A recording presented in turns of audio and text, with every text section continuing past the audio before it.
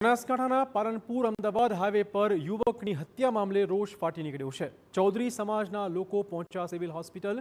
જ્યાં સુધી આરોપી નહીં પકડાય ત્યાં સુધી મૃતદેહ સ્વીકારવાનો ઇનકાર કરાયો છે।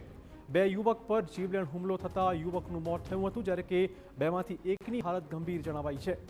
પૈસાની લેવડ-દેવડમાં યુવકની હત્યા થઈ હોવાની વિગતો હાલમાં મળી રહી છે।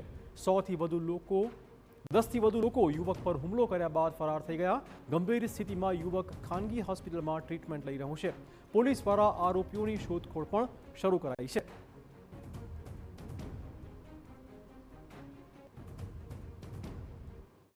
અને બધા જ અહીંયા યુવાનોનું એક જ મત છે, એને અહીંયા હાજર કરો, ગમે તે થાય એને પોલીસ સ્ટેશનમાં પકડીને તમે હાજર કરો।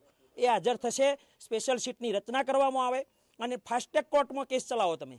આ એક 30-32 વર્ષનો યુવાન, એની ઘેર નાની 7 મહિનાની છોકરી છે। તમારે વિચારો ને તમારું કાળજું કંપી જાય, તો તમારા પેટનું પાણી હલવું જોઈએ। એને ખબર પડવી જોઈએ કે ગુનો કર્યો, એના લીધે બીજા 10 ગુનેગારોને ખબર પડવી જોઈએ। એવી કડકમાં કડક સજા કરો, દાખલારૂપ ન્યાય બેસાડો। કે દાદાની સરકાર કહે છે, દાદાની સરકાર, હું હર્ષભાઈ સંઘવી સાહેબને પણ કહેવા માંગુ છું કે તમે જે કરો છો કે કાયદાનું રાજ લાવો, તમે એને કડકમાં કડક સજા કરીને એક નિયમરૂપ બનાવો કે ભાઈ પાલનપુરમાં આ ઘટના બની હતી અને આ સજા મળી, એવું તમે ફાસ્ટ ટ્રેક કોર્ટમાં કેસ ચલાવો, તાત્કાલિક એને ડિસિઝન કરો અને કાયદામાં થતી ભયંકરમાં ભયંકર સજા, છેલ્લી સજા એને આપો। એ જ મારું માનવું છે। અને એને હાજર નહીં કરો ત્યાં સુધી એની લાશ તો નહીં જ જાય।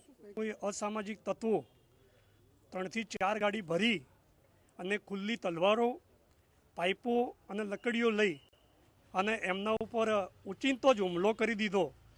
એમાંથી એમને તાત્કાલિક પછી એ લોકો ત્યાંથી ભાગી નીકળ્યા અને બંને ભાઈઓને હોસ્પિટલમાં લઈ જવામાં આવ્યા।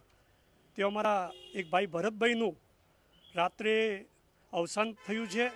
આ એક ખૂબ ગંભીર બાબત છે અને સમગ્ર ચૌધરી સમાજ અને બધા જ સમાજના ભાઈઓ આના ઘટનાને એકદમ વખોડી કાઢે છે।